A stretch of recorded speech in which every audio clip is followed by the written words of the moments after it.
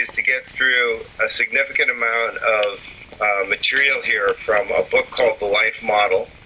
And so I'm just gonna switch over to Skype here from my other window where I was on Facebook trying to connect with a few people.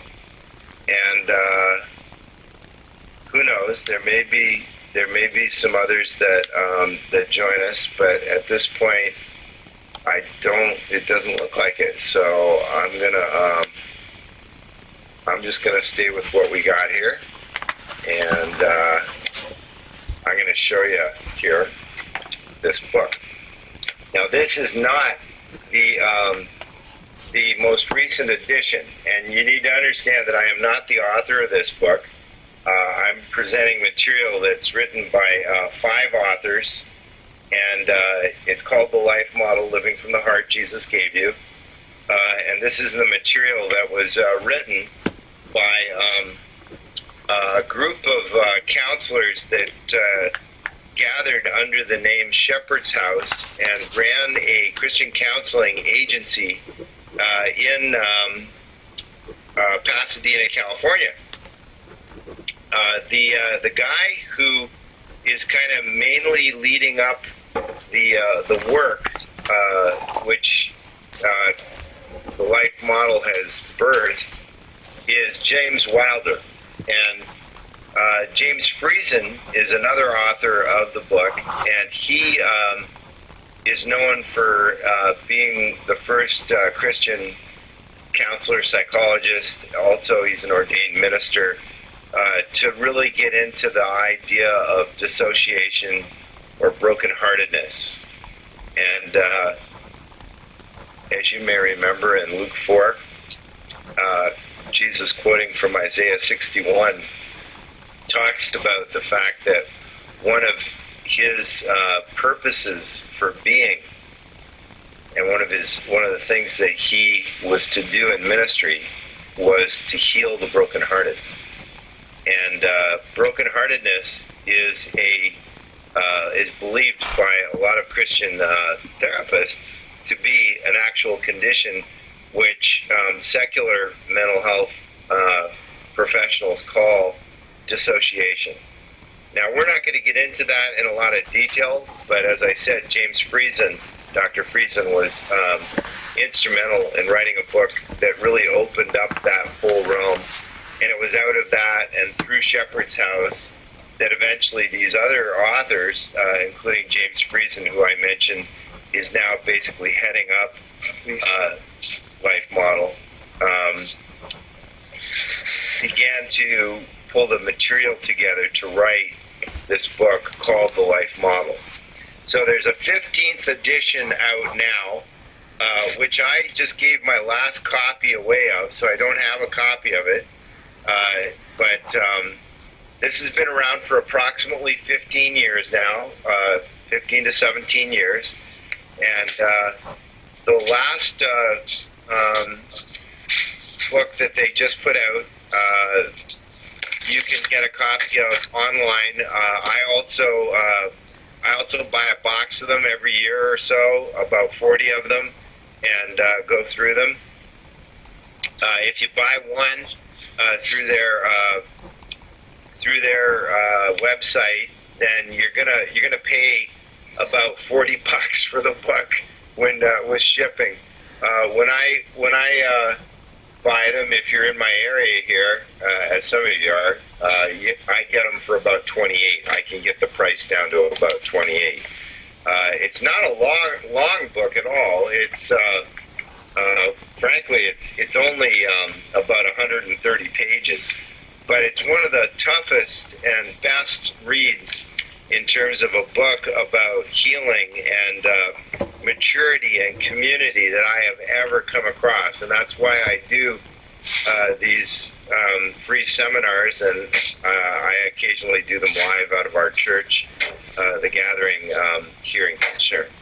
So I'm going to start off, and I'm going to actually give you the website for the organization, and so you'll have that. It used to be lifemodel.org, it isn't anymore. It's they've morphed the website, and it now goes under this heading, which I'll put in the Skype text line here, so you can see it.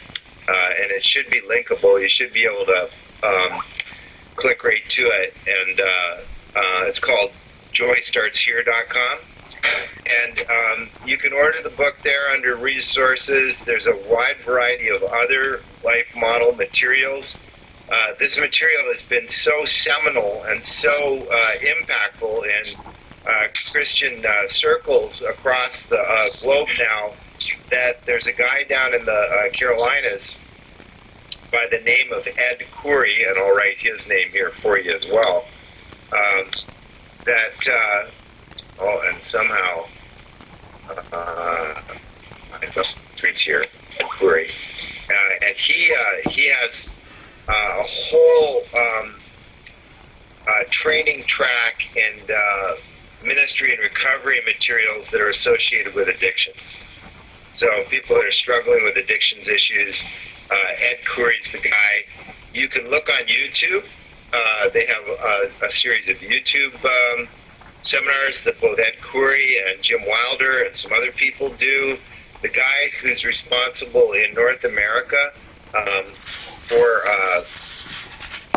the Ministry of Life Model and the kinds of seminars and stuff that they do now, his name is Chris Coursey. And he and his wife are in the Chicago area and do a lot of training in the States and in Canada with this material. So that's a little background on it. I mean, they wrote this book basically for their counselees because they found that they really needed support in the healing process and an understanding of how healing worked and why they were so wounded and where those wounds came from, and how wounds keep us from maturing emotionally, and have garnered a lot of material over the last 10 years, 15 years or so from neurophysiology, neurobiology. In fact, Jim Wilder is now being called, and he doesn't call himself this, but he kind of gets the term neurotheologian. And the reason why is because they've taken brain science and they've really applied it to this whole issue of emotional maturity and how trauma keeps us from maturing emotionally. So the first concepts that are gotten into in the book that I wanted to talk about is the understanding that healing occurs most readily and best in community, where there's a wide variety of people who have different levels of maturity and work together to develop a higher level of maturity for the whole community. So people who have high levels of maturity are called elders, and people who have less maturity than that are called youngers by me. You can call them whatever you want. That's my term. But elders have raised their own kids to maturity, or have been involved with the raising of children within the community, possibly children who didn't have full or intact families, but have developed a level of emotional maturity that allows them to remain the same even under pressure, and they have a delight in reaching out and recognizing the woundedness and the needs in their communities, and they meet those needs very readily. They don't have to be told to do it. Their hearts that Jesus has given them are towards those that are needing nurture and care and support and time and direction, and so they do that very naturally. So this idea of healing and the idea that it's needed to happen in community is essential and seminal to the life model. And the reason it talks about that at the beginning of the book is because a lot of people read the book because they've gotten into counseling. They're in a process of healing themselves. And a lot of people come to counselors and think that counselors are really going to be what helps this person to be healing. Well, first of all, the counselor is just kind of a midwife. There's something going on already that God's doing in the heart of that person who's come in for help, and it's a counselor's.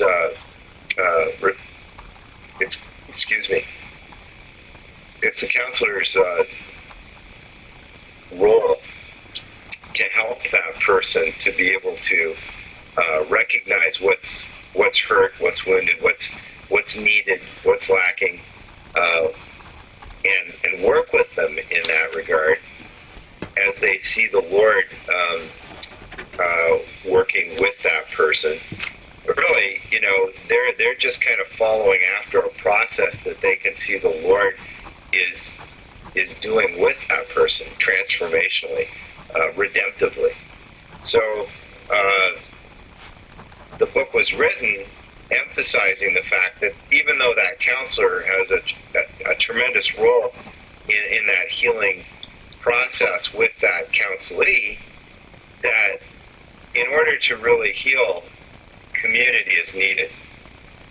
And that gets emphasized again and again. And there's 6 chapters in the books, and the 6th chapter is all about that, looking at the life model from a church community, spiritual community point of view. So let's just talk for a few minutes here about this woundedness in a little bit more detail. Let's talk about the kinds of wounds that we have and how they impact us. There's 2 basic kinds of wounds that Life Model is identifying, and certainly others have identified. And if you come from Christian circles where they talk about the kinds of sin there are, there's a direct parallel here. So we call sins of omission and sins of commission. And what's referenced there is sins that are the result of us omitting the good stuff, or sins that are committed that are a result of us doing the bad stuff. Now, that's how trauma is defined by the life model. The life model defines absence trauma or a trauma as the lack of the good stuff, the nurture, the care, the support, the provision that we need in our younger years. And that starts from conception and right up through young adulthood. And so the lack of the good stuff creates trauma. Now, there's been a lot of research and scientific study that's been done on the brain now, and we really understand how the brain works, and we understand what's impacted with lack. And we know that there's this part of the brain. You can all see me right now? Mm-hmm. Yep. Okay. And I'm sorry, I didn't say this at the beginning. This is informal, and I'm yammering away here. But if you want to ask a question, please stop me, okay? And ask, and I'd be glad to answer. So you can see, I'm turning my left side of my head towards you. You can see kind of I'm at about a 45-degree angle to the camera right now, eh? Yep. Okay, so straight in from where my ear is, directly in, and then straight in from my nose. If you kind of imagine that, and then up maybe just a little bit more towards my eyes, right about there, there is this little sub-portion part of the brain called the nucleus accumbens. I'll write that out for you. If you're geeky, you'll like to see that. If you're not, you'll just, kind of bear with me and chuckle underneath your breath.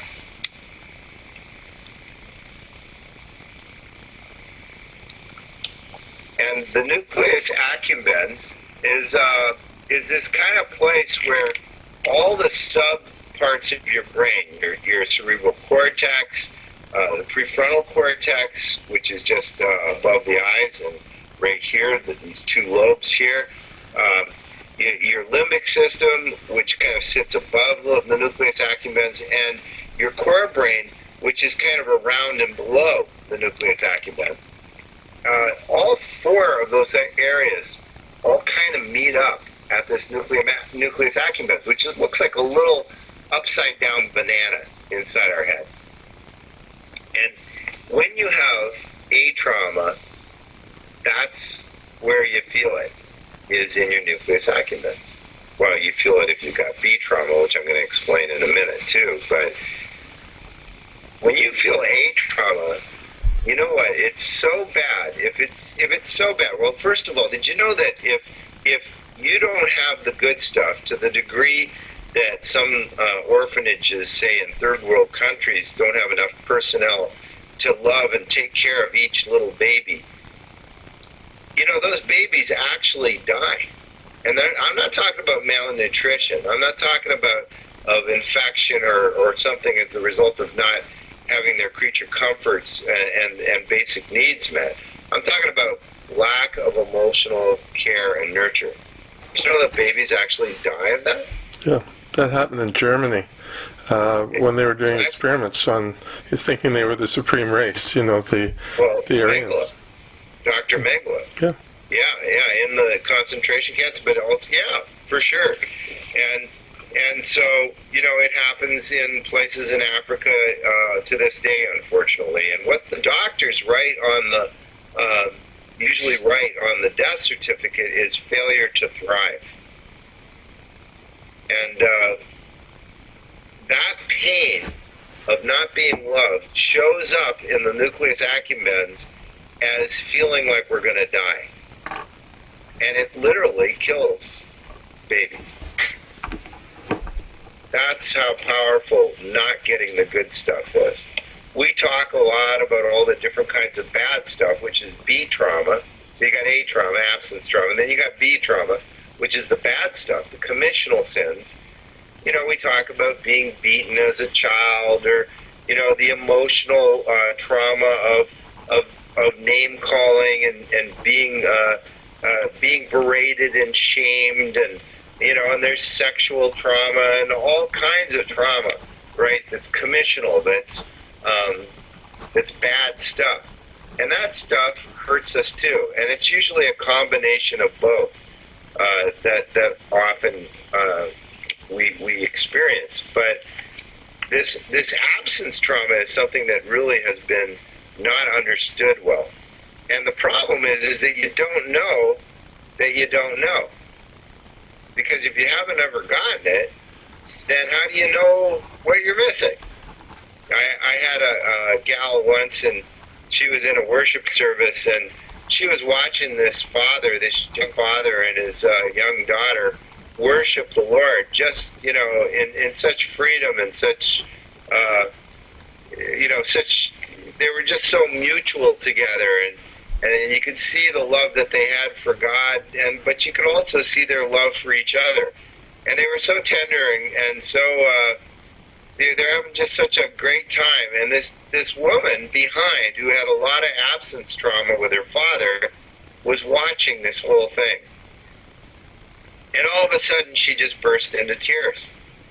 And the reason she was so upset was because all of a sudden she realized, in seeing that scene of that loving father and his daughter, that she hadn't gotten that kind of thing. And that was the start of her being able to touch that pain. And she did have community, and she did have support, and we'll talk a little bit more about how that works and how that affects your brain. And as a result, she was able to begin to get at that and heal that pain. Absence trauma is healed by getting the good stuff. It's never too late to get the good stuff. Can I ask a question here? Absolutely, Lawrence. So, it's just like I relate where it could be a kid growing up and everything looks really good and perfect on the outside, but you just know something's wrong. You can't pinpoint it. You're not abused physically or sexually or even yelled at, but something's just missing, Yeah. Yeah. And that missing is something that is sometimes really hard to figure out. And we need to come before the Lord. We need family, a spiritual family that, people that we can trust, that we can confide these things, that can begin to walk it out with us as we seek the Lord and develop our relationships and community to be able to understand what's going on and begin to address it. And as I said, trauma is healed by getting the good stuff, and it's never too late to get that good stuff. I've worked with 83-year-old people who were then in community, got into community in their 70s, and went through this healing process and huge pain in their lives. By the time they were in their late 70s, it was starting to emerge, and they were getting incredible ministry at a very at a very senior age. The B trauma often is ministered to and addressed in a different way through what's referred to as listening prayer or prayer ministry. And I learned how to do that back in the late 80s, early 90s, and got better at it and got more defined at it in the late 90s. There are a series of people that kind of pioneered that, and that has developed into quite a refined form of prayer and ministry through a process called Emmanuel. And I'll put that up as well, Emmanuel process. You can look that up. And that's a form of prayer ministry that's been pioneered by a psychiatrist and his wife in Chicago. And we really think their form of that process of ministering into B trauma is one of the best out there now. It's called the Emmanuel process, and it's a form of prayer ministry. You can look that up some more as well. So what B trauma and the Emmanuel process, prayer ministry process is all about, in brief, is just going back to the specific traumas. For some people, it's remembering them for the first time, which occurs as they develop more emotional strength and capacity, and we'll talk about how that happens in a few minutes here. But this process of getting back to memories and then recognizing that whenever we're sinned against, there are lies inherent in the hurt that we experience. So if my dad used to shake his head at me every time I tried to balance my newspaper account when I was doing newspapers and had to give a certain amount of that back to the newspaper, and I kept a certain amount of it, and I could never get it to balance out right, and he would shake his head at me and say, you're a smarter boy than that. And what I really heard was you're dumb. Yeah. I didn't hear you're a smarter boy. I actually heard you're dumb.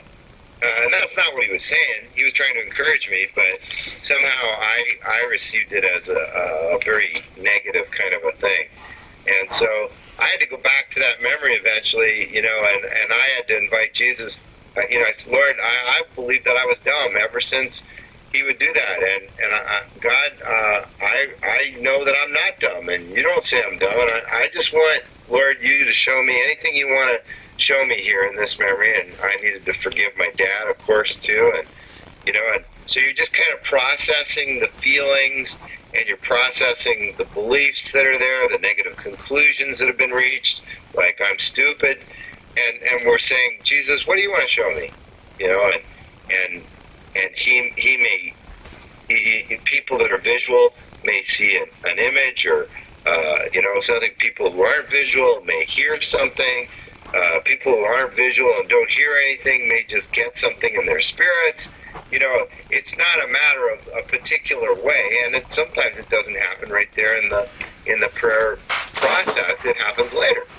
It can be very progressive, and it can, you know, it doesn't necessarily happen right away either. But anyway, there's a process there, and God ministers into those situations with His truth, and as we know, you know, when we receive truth from the Lord, it sets us free. And so this is a revelational process that involves prayer like this, but it can involve just, you know, reading the Word, being in a worship service, a friend or a loved one saying something to us, and God taking it from what we call Logos, or the written Word, to Rhema, which is the living Word alive in our hearts and spirits. So that's a little bit about A trauma and B trauma, and about, you know, the need for community and love and nurture and care, particularly to address the A trauma, and then the use of the prayer ministry as one tool that really helps with B trauma. I'm going to go on now. Anything before I do? Any questions or any comments? That's very helpful. Thank you. Oh, you're welcome. You're welcome. So, you know, when you get this sense that you've got this A trauma and this B trauma that we all have, right? I don't know. It's a pretty violent movie, but maybe you saw Black Hawk Down, which is kind of the depiction of the Somalian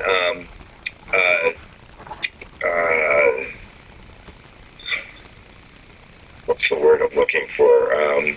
Ambush of American services, and there was a scene in it where two commissioned officers are running out of this. You know, there's a couple of Black Hawk helicopters that have been shot down right in the city of Somalia, and there's a bunch of troop vehicles and stuff, and they're all getting shot at, and it's this terrible mess. And the commissioned officers are running across and getting into this vehicle, this truck, and there's a guy slumped over. There's one of the non-commissioned officers slumped over the steering wheel, and they jump into the vehicle and say to him, "Drive!" And the guy says, "Sarge, I'm shot." And he says, "We're all shot. Drive!"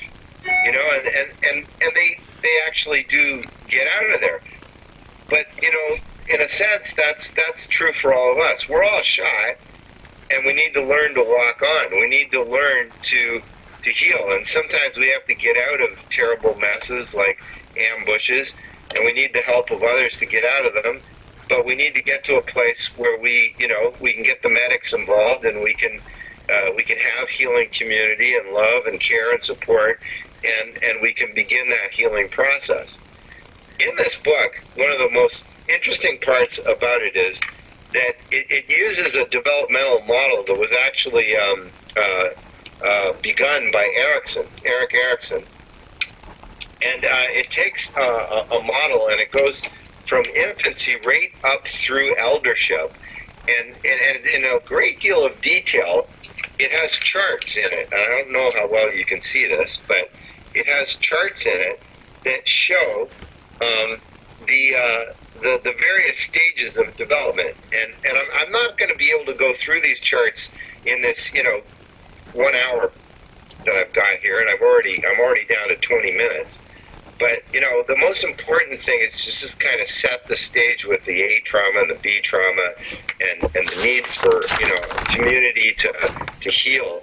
But the other big part of this that I like to try to share in a 1 hour seminar like this is about these stages.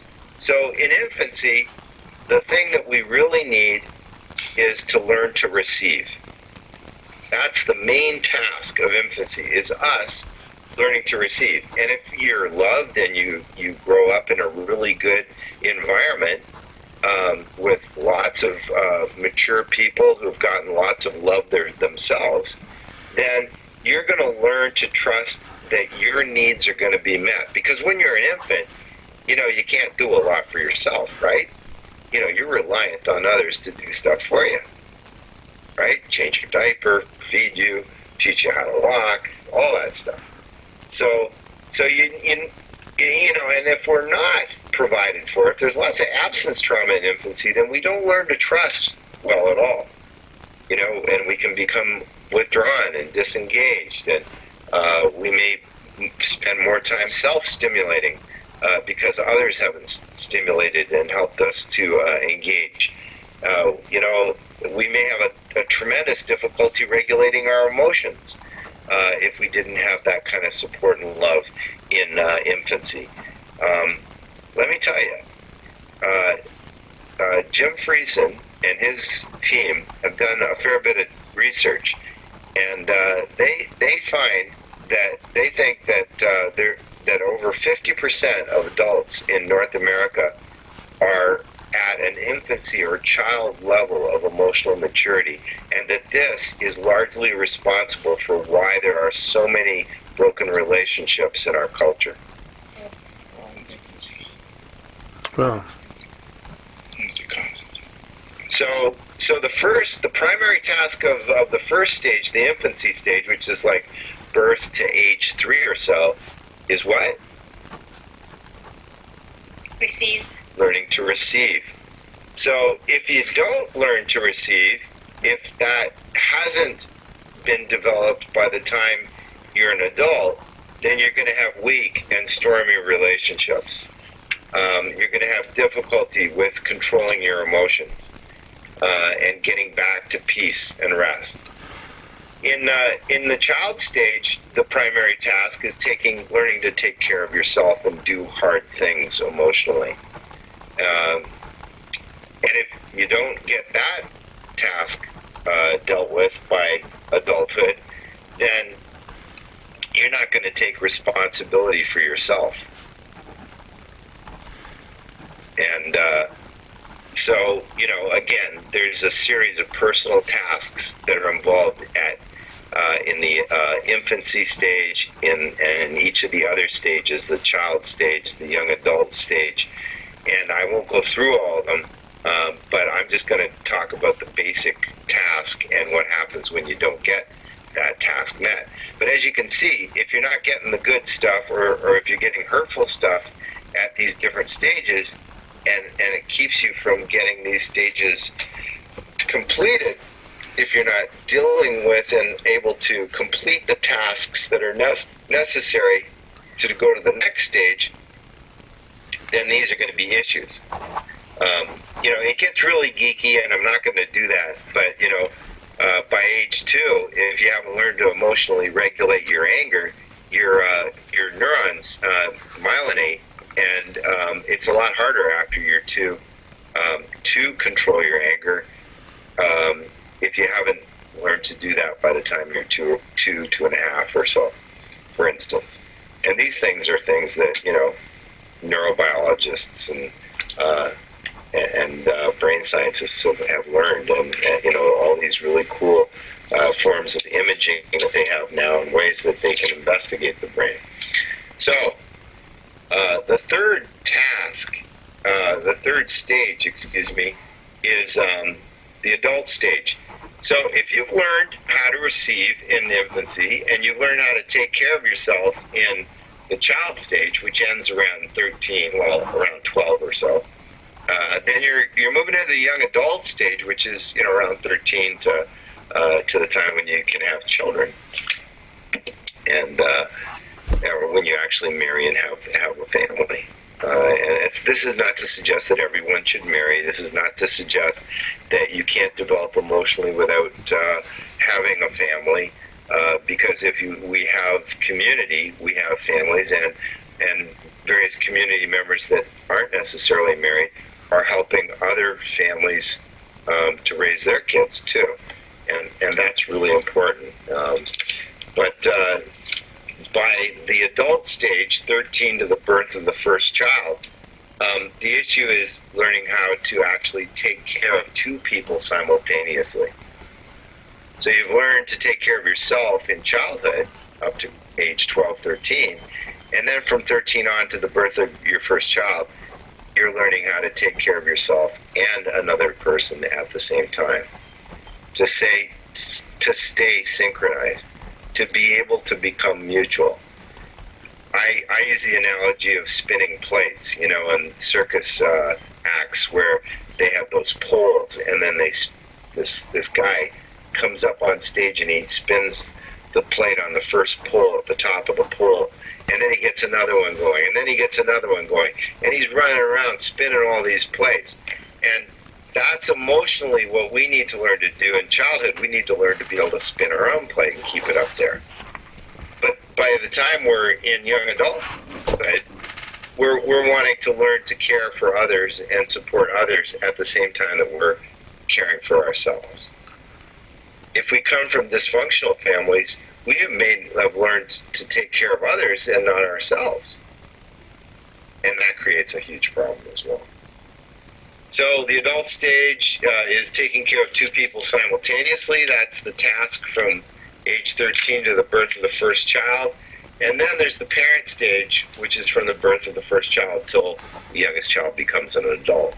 And that stage is learning to sacrificially take care of children. And that's the primary task.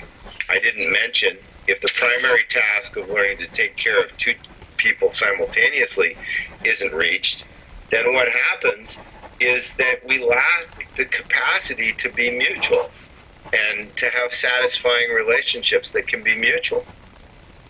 If we lack the capacity in the next one, which was about learning to simultaneously take care of children, then we develop distant or conflicted sorts of family relationships or community relationships. And again, you know, this is a significant issue. The last stage is the elder. Please. Is that okay? What is the question? So this is really cool learning about all these stages, and I'm just curious. You know, you're talking about a specific book. Does this book address, like, you find yourself in the parent stage and you realize all of these issues that you've gone through? I kind of forgot my question, but does it address kind of, okay, what to do now? Do you need to go back to infancy? How does that healing process start? Does it help you get to where you are? Kind of give you direction with that?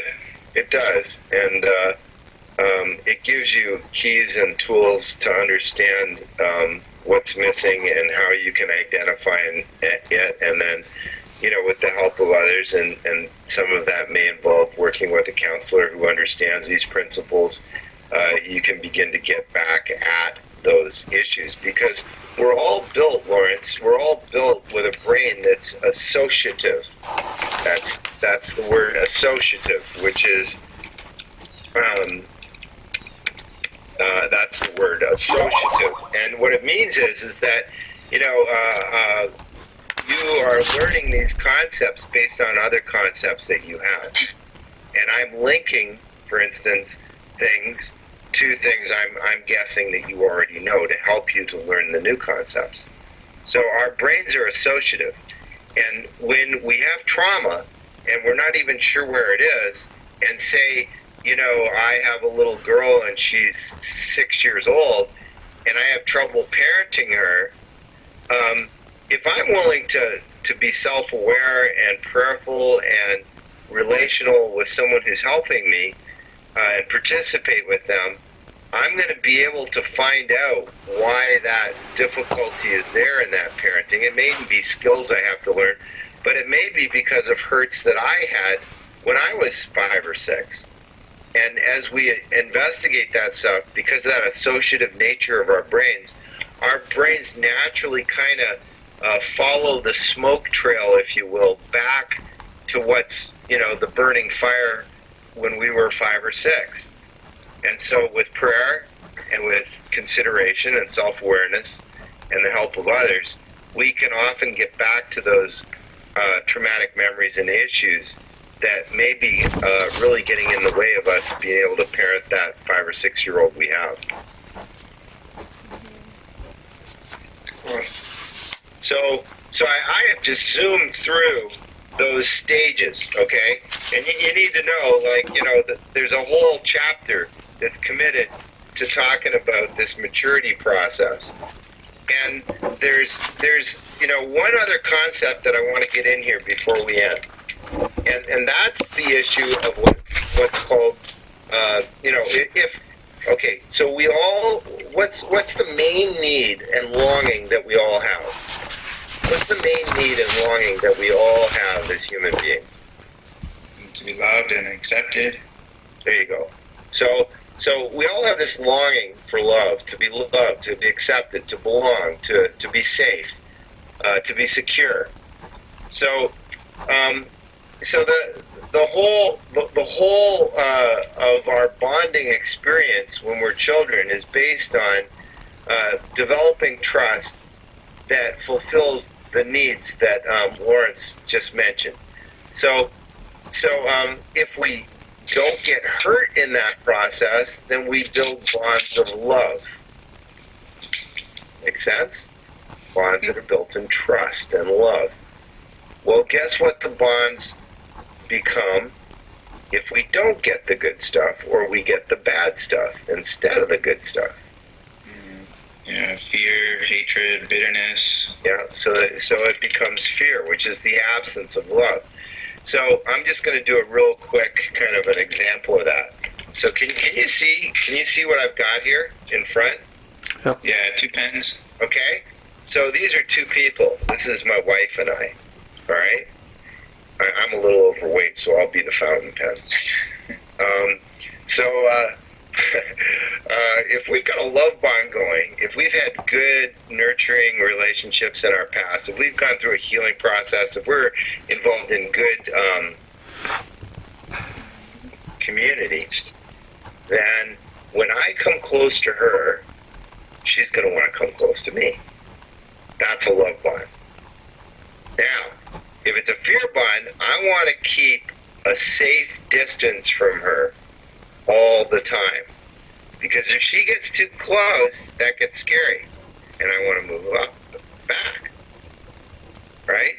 If in a love bond, if I go away, she knows I'm coming back because she's got lots of trust that when I go away, I'm coming back. Right? If she goes away in a fear bond, I get scared and I run after her. You know? Or I get really upset and I run the other way too. Right? In love bonds, the movements toward cause more movements toward by the other person. In fear bonds, movements toward cause people to back up. Or it might cause them to move in and attack. That can happen too. Yeah, it just hits a little bit too close to home sometimes, these and I know it's hard too, because you know sometimes it just anyway. But that's fear and love bonds in a quick moment, and it gets into talking about, okay, so how do I turn these fear bonds into love bonds? You know, because you got to make this really practical, right? Who cares about a book that tells you a bunch of theories? We want to know how to turn this stuff around and get healed and get more mature, or develop more character or more fruit of the Spirit. It's all the same stuff. And what we're looking for is taking responsibility for those emotional reactions, the fear, recognizing it, bringing it to God, asking for prayer, getting hugs, getting support, someone who's listening and able to walk with us through these things, learning to return to peace and calm from these negative emotions. You know, all those kinds of things are things that are important. And it all involves me taking responsibility for my emotional reactions, my fear bonds with, in this case, my wife. So you've got fear bonds, and you've got love bonds. And the more trauma we have in our life, the more fear bonding we do with other people. And I said I was going to return to something that's a little geeky, and I got 5 minutes here, so I'm gonna get into it really quickly. One of the other big concepts in this book is joy. Yeah, that's what I said. Joy. Joy. So joy is not the name of a little girl in this case. Joy is an experience that we all have, and joy is the result of relationally. Joy is the result of me looking at you and saying, "Man, I really like to be with you. I really like being with you, and you are so the person I want to be with right now." And they look at us and they smile, and we look at them and we smile, and joy bounces back and forth at 6 cycles a second. They say that those geeky neuroscientists, and joy affects the prefrontal cortex, the right prefrontal cortex of our brains. And it is what synchronizes our brains so that nucleus accumbens doesn't go out of control and feel all sorts of pain. The prefrontal cortex experiencing joy, and joy filtering its way through the rest of our brain, causes our brains to synchronize. Now, this is all just brain science. This is basic brain science if you went to university. But you got to understand that this is what heals people. Joy, developing joy strength, is what causes us to emotionally develop, and it gives us the strength to heal.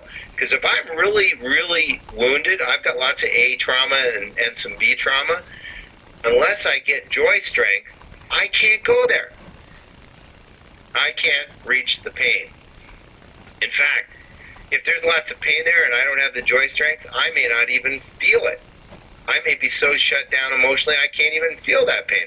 Or it may be so big, that pain, that we were talking earlier about dissociation or fragmentation or brokenheartedness. It could actually break my heart. And through joy strength, through developing and doing joy exercises with our bonded partners, we can strengthen our emotional capacity so that we can then experience that kind of pain. And that's an exciting thing. And that's one of the keys to this whole process that helped me as a therapist, is understanding that I can't just ask people to do that Emmanuel process prayer ministry right off the bat. I have to understand what joy strength they have. And a lot of people don't do that, and they can ask people to get into very painful material, and some of them may even be able to edge into it, but a lot of times the reason people can't properly go through that healing process is because people haven't developed the wisdom and understanding and discernment to know that there's a lot more joy strength, a lot more emotional capacity that needs to be developed in order for that pain to be healed. Yeah. So, I'm on my last minute here, but that gives you some examples and some ideas from within the book that I just find to be incredibly helpful as a therapist, and have helped me in my walk with the Lord and my relationships and my family and in my marriage and in the community and the leadership capacities I've had as a pastor and as a leader. And so I just like to throw them out there every so often and do a free webinar like this. It's formally over now, but I'd be glad to stay for 10 or 15 minutes and talk informally and answer any questions you have. It'd be my joy to do that.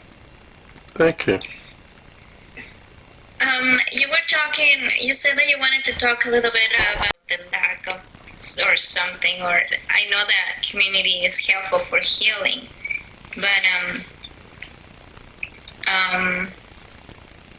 so I guess what I want to say is I guess in communities where you find the joy, so there's a connection there, right?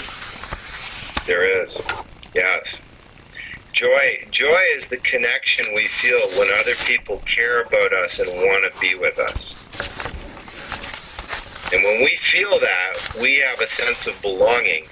And not only are these feelings good feelings, but they release chemicals in our brains that stabilize our brains and help it to work together, which is called synchronicity. And without synchronicity, we're desynchronized and we're living out of our core brains. And usually that's when, there's a lot of trauma and stuff. So core brain functioning means that I don't have access to my cerebral cortex and my limbic system in a way that I do when I'm synchronized and I'm full of joy. What I'll call the fruits of joy. So as you're talking about, Chris, community is essential in doing that. It takes a family and a village to raise a child.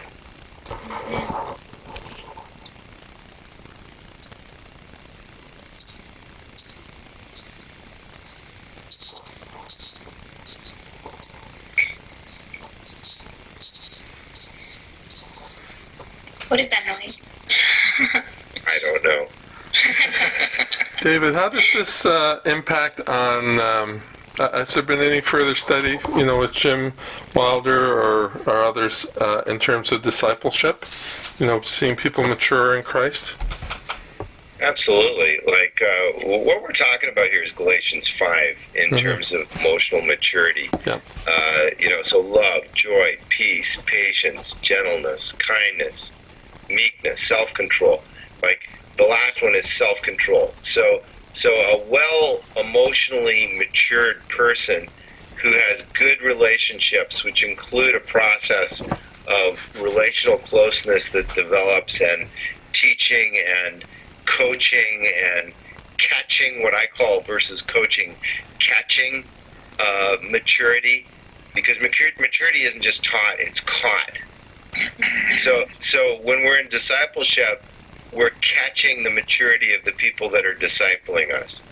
And so discipleship and primary relationships with others who have more maturity than us is essential. So there's brothering, there's sistering, there's mothering, there's fathering. And there's just as much joy in receiving as there is in giving. And so these relationships become fundamental and so important. And elders need people that they can give to and bless and parent, spiritually parent. But youngers need elders to feel joy as well. And it goes back and forth. So discipleship is just a fundamental relationship where maturity can happen. And if it's working well and it's relational, then there's going to be tremendous joy and tremendous growth that occurs, not just intellectually, but emotionally in those relationships. Yeah, it's good. Yeah. So what I find about this is it's very intentional and very, so I have a friend who does talk radio in Kitchener here, and he likes to say that common sense isn't very common. But, I think a lot of this is quite commonsensical. Yeah. And yet, it's very intentional, and there's very clear things that we can do to heal and to benefit and to grow and to mature. So that's why I like this book, and it's just one of my favorite books. Yeah, I ran into it about 10 years ago, and it's very helpful. It sort of brought a lot of streams. I mean, when we were in Seattle at St. Luke's, we knew the Sanfords, Elijah House, and RTF, and all of those folks that have started the Theophostics, all of that.